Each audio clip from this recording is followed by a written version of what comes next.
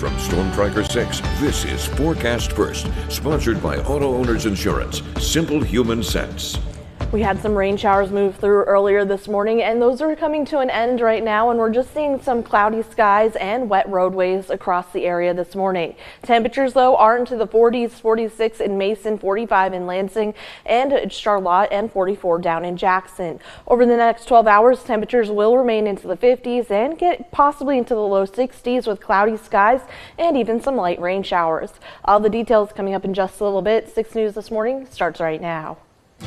WLNS is here for you with 6 News This Morning.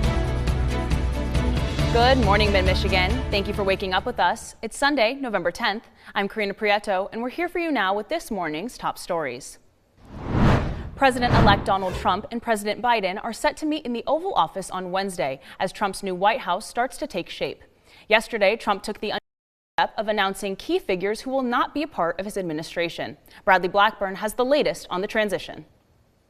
In a familiar form, a social media post, President-elect Trump announced he will not be inviting Nikki Haley or Mike Pompeo to join his administration, adding, "I very much enjoyed and appreciated working with them previously." Pompeo had served as Trump's Secretary of State and was thought to be a contender for Defense Secretary in a second administration.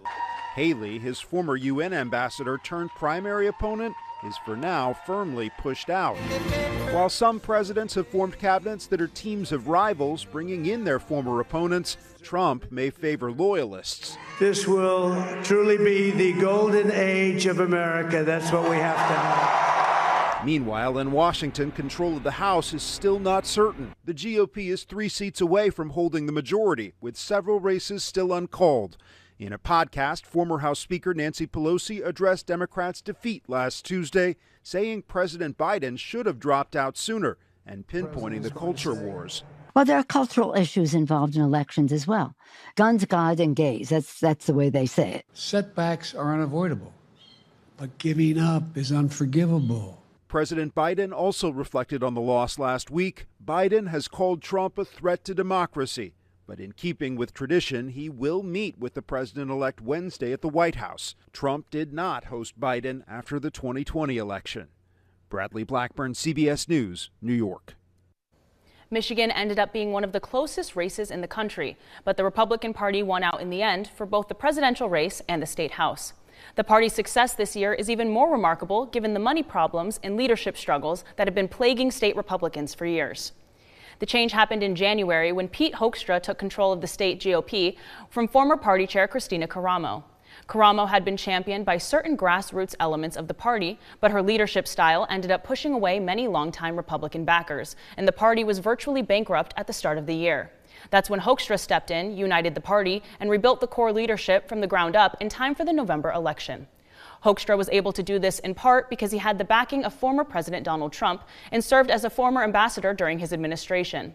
But after a skillful performance in Michigan this year, he could be on the short list for another appointment in Washington for Trump's second term. And for state Democrats, losing control of the House puts an end to a rare period of control for all branches of the state government. But they still have a few weeks to try and focus on priority legislation before the new members are sworn in. And we can expect to see a flurry of activity coming out of Lansing as they try to accomplish what they can. We take you now to Howell, where a community theater performance of The Diary of Anne Frank was interrupted last night by a group of men outside the venue waving Nazi flags. A member of the Howell American Legion Post tells 6 News they let a community theater group use their building to put on the event. The member says the Legion has heard about rising anti-Semitism and thought people could learn from the play. The night ended with people outside of the Legion waving Nazi flags, and we're told once those people started being filmed, they left the area. But it's not a good look for a city which was the former home of a Grand Dragon for the Ku Klux Klan and had a Nazi rally earlier this year.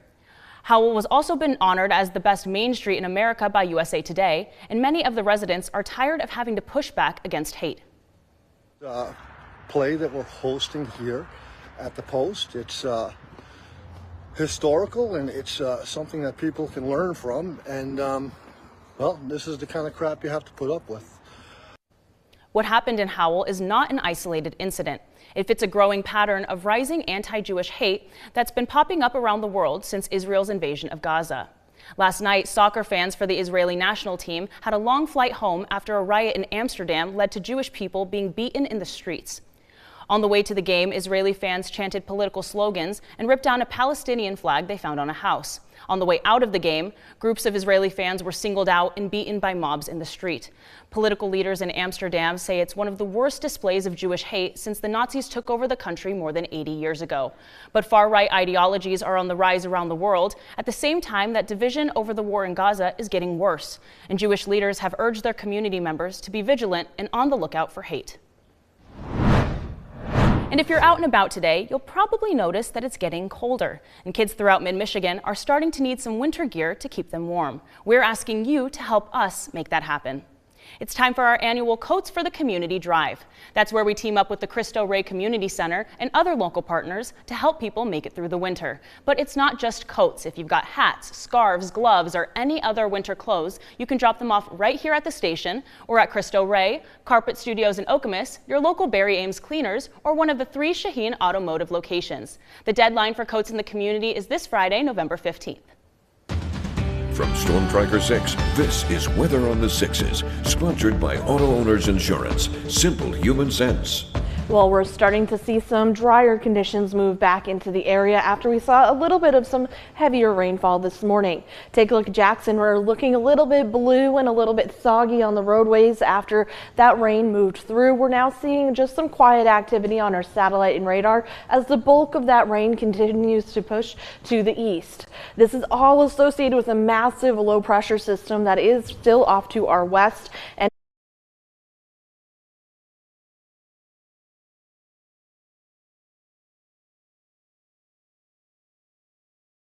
p.m. we'll have a little bit of some quiet time before around 6 to 7, maybe even 8 o'clock. Round 2 moves in, and that could even have a little bit of a rumble of thunder, so don't be surprised if you hear some rumbles of thunder this afternoon.